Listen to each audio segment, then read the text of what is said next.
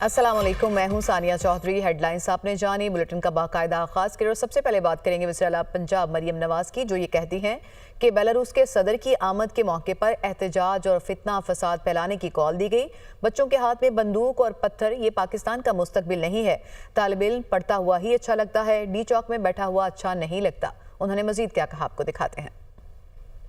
Shelling, آنسو gas, گولی چل رہی ہے۔ جو نہتے پولیس آفیسرز ہیں، میں نے منع کیا تھا کہ آگے سے گولی نہیں چلانی، اور خدا نخواستہ پنجاب پولیس آگے سے گولی چلا دیتی تو کیا بنتا؟ تو بچوں، اپنے دل پہ ہاتھ رکھ کے بتاؤ، کیا پاکستان کے لیے آپ یہ چہرہ چاہتے ہو؟ یہ نہیں ہو سکتا کہ اپنے بچوں کو سیف جگہ پہ بٹھایا ہوئے ان پہ آنچ بھی نہیں آ سکتی، اور قوم کے بچوں کو وہاں پر مار کھانے کے لیے اور مارنے کے لیے چھوڑا ہوئے۔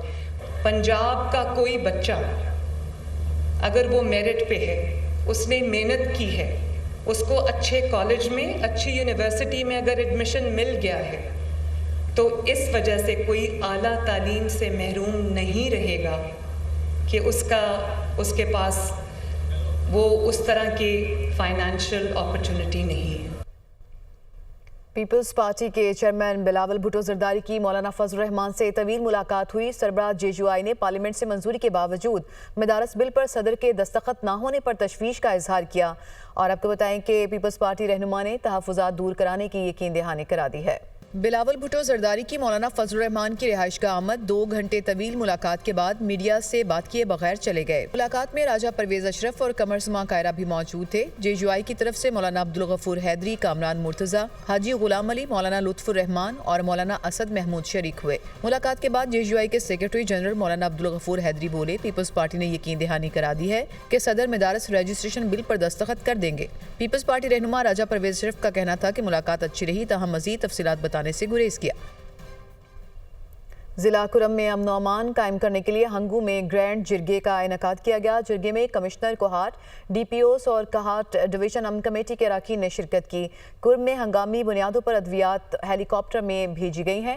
عامر جمیل تفصیلات رپورٹ کریں گے۔ ضلع کرم میں امن و امان کے لیے ہنگو میں جرگے کا انعقاد کیا گیا۔ جرگے میں کمشنر کوہاٹ ڈویژن سید معتصم باللہ شاہ ہنگو اور اورکزئی کے ڈپٹی کمشنر اور ڈی پی اوز کے ہمراہ ہنگو میں گرینڈ جرگے کے ممبران اور کوہاٹ ڈویژن امن کمیٹی کے اراکین کے ساتھ تفصیلی ملاقات اور مشاورت کی۔ جرگے میں فیصلہ کیا گیا کہ ٹل کوہاٹ روڈ پر آئندہ کوئی بھی احتجاج نہیں کرے گا۔ کرم مسئلے پر ہنگو، کوہاٹ اور اورکزئی میں جلسے جلوس نہیں ہوں گے۔ فریقین جنگ بندی معاہدے پر عمل کریں گے۔ خلاف ورزی پر پولیس قانون شکنوں کے خلاف کارروائی کرے گی۔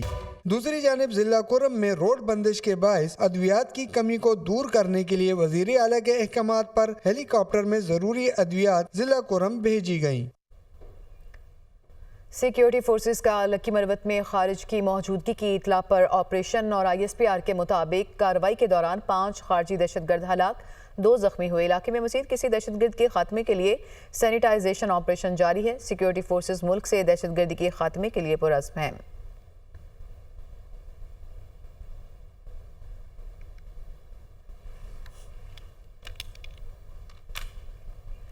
کراچی سے ایک خبر شامل کریں گے، جس کے علاقے گلستان جوہر کی رہائشی عمارت میں بچے کا سر لفٹ میں پھنس گیا۔ بچے کا سر لفٹ میں آنے سے بری طرح زخمی ہوا۔ لفٹ کو کاٹ کر بچے کو بحفاظت نکالنے کی کوشش کی گئی اور لفٹ میں پھنسے بچے کو شدید زخمی حالت میں ہاسپٹل منتقل کر دیا گیا۔ 10 سالہ کریم نامی بچہ دوران علاج دم توڑ گیا، یہ بتایا گیا۔ ریسکیو حکام کی جانب سے افسوسناک خبر دے رہے ہیں آپ کو کراچی کے علاقے گلستان جوہر سے، جس کی رہائشی عمارت میں بچے کا سر لفٹ میں پھنس گیا۔ بچے کا سر لفٹ میں آنے سے بچہ بری طرح زخمی ہوا۔ لفٹ کو کاٹ کر بچے کو نکالنے کی کوشش کی گئی، اسے ہاسپٹل منتقل کیا گیا شدید زخمی حالت میں، جہاں پہ دوران علاج وہ دم توڑ گیا ہے۔ 10 سالہ بچہ کا جو نام ہے وہ کریم بتایا جاتا ہے۔ یہ واقعہ پیش آیا ہے کراچی کے علاقے گلستان جوہر میں، جہاں پہ رہائشی عمارت میں یہ جو لفٹ تھی اس میں بچے کا سر پھنسا ہے، جس کے بعد یہ افسوسناک صورتحال پیش آئی اور بچے کو بچانے کی کوشش کی گئی، لیکن بچہ دوران علاج دم توڑ گیا ہے، وہ جانبر نہیں ہو سکا۔ افسوسناک سی صورتحال ہے جو کہ کراچی میں پیش آئی ہے۔ کراچی کے علاقے سے آپ کو یہ خبر دے رہے ہیں اور اسی خبر کی مزید تفصیلات ہم حاصل کریں گے۔ نمائندہ دنیا نیوز بلال نصیر نے ہمیں جوائن کیا۔ بلال، بڑی افسوسناک یہ خبر ہے، کیا معلومات آپ کو مل سکی؟ کس طرح سے یہ واقعہ پیش آیا؟ کیا مینٹیننس کا کوئی معیار تھا اس لفٹ کی وہاں پہ؟ اس بارے میں بھی اگر بتا سکیں۔